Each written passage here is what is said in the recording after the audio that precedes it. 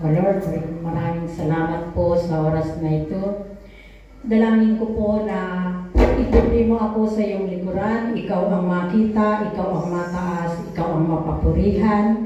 Sa oras na ito at ang salita mo na ipapahayag ko, na siyang tumimon sa aking puso, naway kapulutan ng aral ng lahat ng iyong mga anak na nagmamahal sa iyo, Panginoon, sapagkat ikaw ang nagbigay ng pag-ibig sa amin. Maraming salamat sa pangalan ni Jesus. Amen. Amen.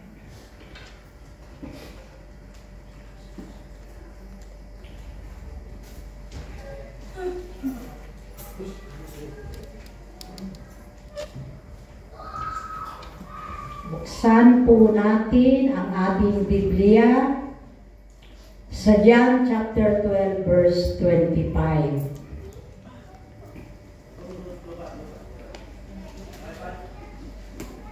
Samahan po ninyo ako sa pagbabasa at sa pagbulay-bulay ng salita.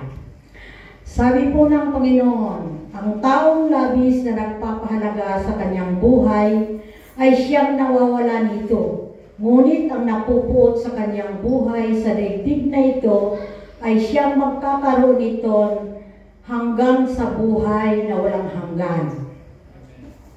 Ito po ay isang talinhaga at isang malalim na salita na kung ating pagbubulay-bulayin, ito ay napakahalaga sa ating mga buhay. Ito po ay sumasalamin sa ating buhay. Ang sabi po rito, ang taong labis na nagpapahalaga sa kanyang buhay ay siyang nawawalan nito. Ano po ang ibig sabihin at kahulugan nito? Ito po ay ang buhay dito sa mundo. Dahil ang buhay sa mundo, lahat ay nagpalalaho, nagpipay.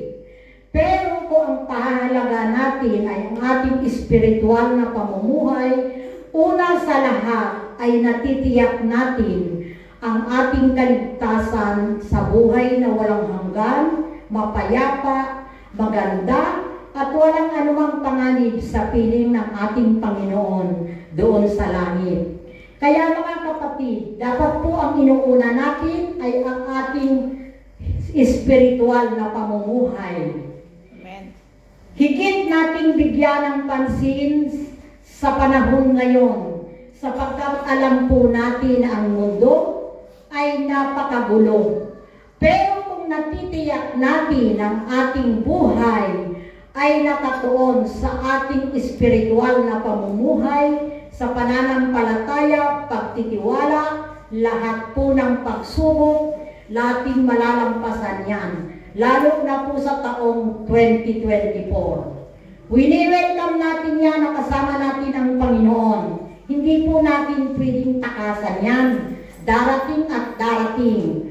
Pero kung tayo po ay matatag, grounded, rooted sa ating espiritual na pamumuhay, natitiyak po natin ang lahat ng ating makakasalubong na mga pagsubok, kahirapan. Wala po yan pag ang Panginoon ang kasama natin. Natitiyak po natin na tayo ay magtatagumpay dahil ang Panginoon ay pinagtagumpayan ang mundo. Kaya ang mahalaga talaga po ay ang ating espiritual na pamumuhay, ang ating relasyon, ang ating koneksyon, ang ating matibay na paniniwala at pananampalataya sa ating Panginoon. Dahil alam po natin, lahat ng bagay na ito ay nawawala at nagkukupas.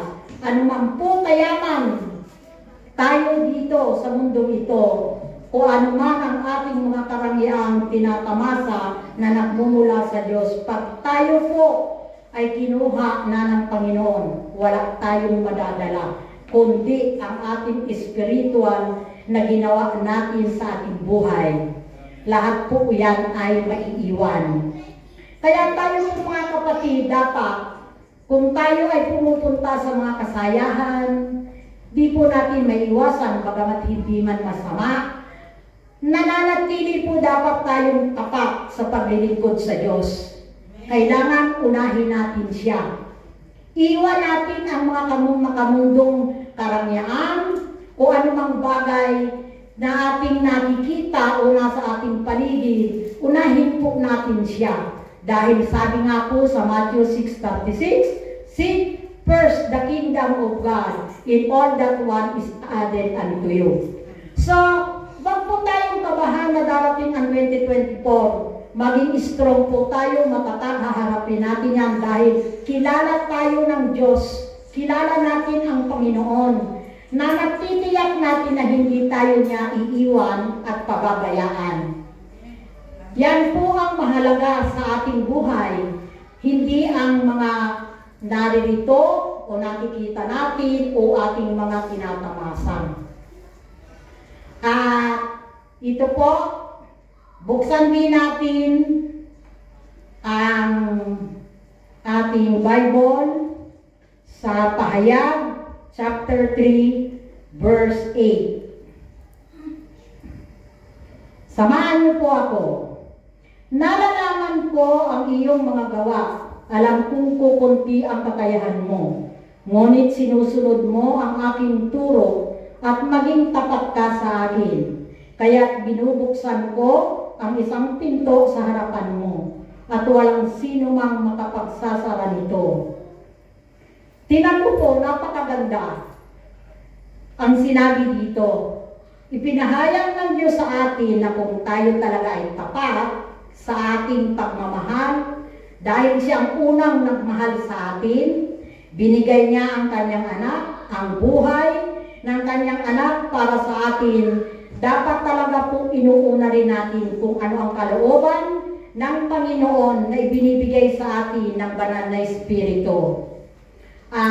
Meron nga po pala akong kwento nung isang gabi na nagulat po yung anak ko dahil ako ay nag-speaking of tongues. Sabi ni Yuli, nung sinabi po ni Pastor ako daw ang magbibigay ng word of encouragement, ako po ay nanalangin kaagad. Sabi ko kay Holy Spirit, biglaan po ito pero sisikapin kong ibigay ang aking kakayanan dahil yun lang po ang maibibigay kong pasasalamat para sa iyo.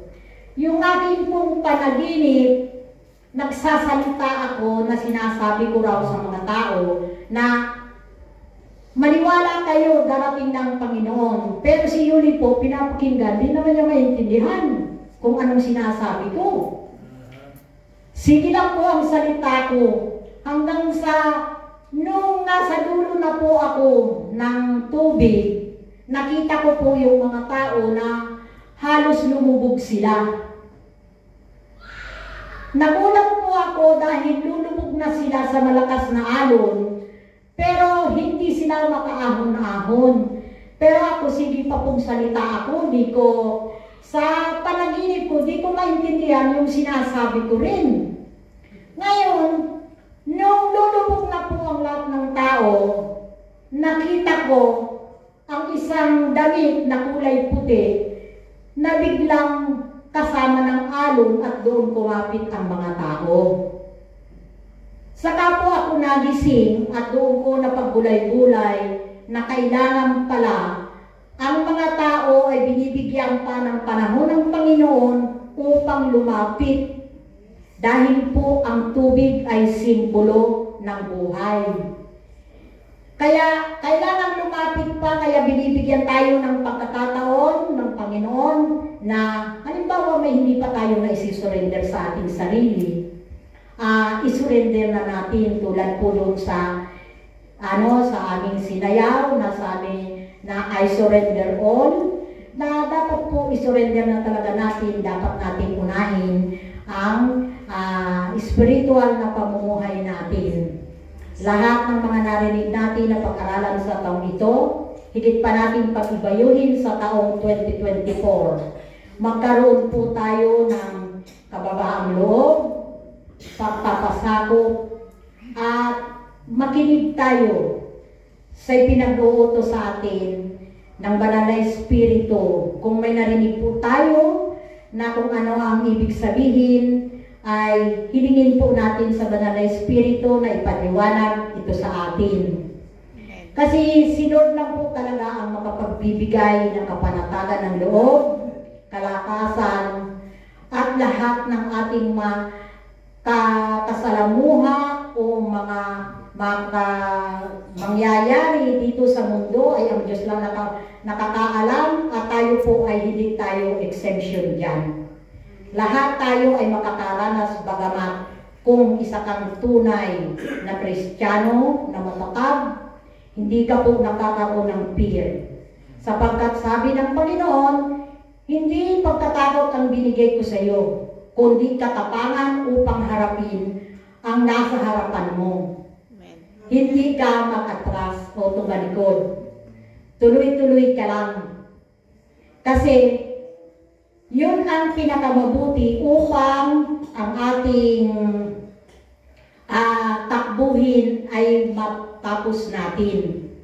Kaya ako po, laging panalangin ko na sana sa taong 2024, lahat tayo ay magkaroon ng open heart, pagpakumbaba, at magkaroon tayo ng unity. Para po ang ating pastor ay laging happy pag nagpipreach.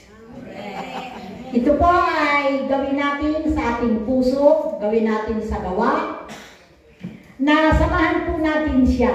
Huwag natin hayaan bilang isang mananampalataya, bilang isang lingkod na Diyos, na magkaroon ng ating pastor ng headache. Sana po, lagi tayong lahat bumabuklod, magsama-sama sa pag-aaral ng ating ng salita ng Diyos, at ipamuhay natin po ito. At wish ko sa taong 2024, lahat ay victory sa mga taga-Church on the Rock na anak ng Diyos. Amen! Kiniklaim po natin yan, victory. Kung victory tayo sa mga taong nagdaan, mas 99.9% na victory tayo sa taong 2024. Yan po ang sabi ni Lord, ang promise. Hindi tayo niya iiwan at hindi niya tayo pababayaan. Ibibigay sa atin ang lahat ng ating pangangailangan dahil meron yung power at saka yung kanyang kayamanan. Minanan na po natin yan. Yan, kaya wala sa Kristiyano ang naghihirap. Lahat mayaman tayo, lalo na pag tayo ay nasa langit na at kasama na natin ang Panginoon. Wala pong sakit, walang lungkot, walang sorrow, walang mga hindi magandang mangyayari. Kasi nakita na po minsan natin, natanda ko ng San Pedro, ng heaven ay full of joy. Maganda ang heaven. Kaya sana po, lahat tayo ay manalangin sa isa't isa. Tagumpay para sa lahat sa taong 2024. Lalo na ang ating pastor, lahat po ay kailangan natin tulungan siya. Kasi po, tayo rin ay manggagawa ng Diyos. Hindi lang po ang ating mga pastor.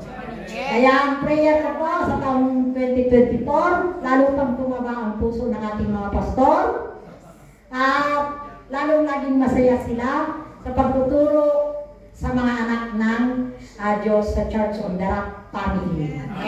Merry Christmas and Happy New Year. So,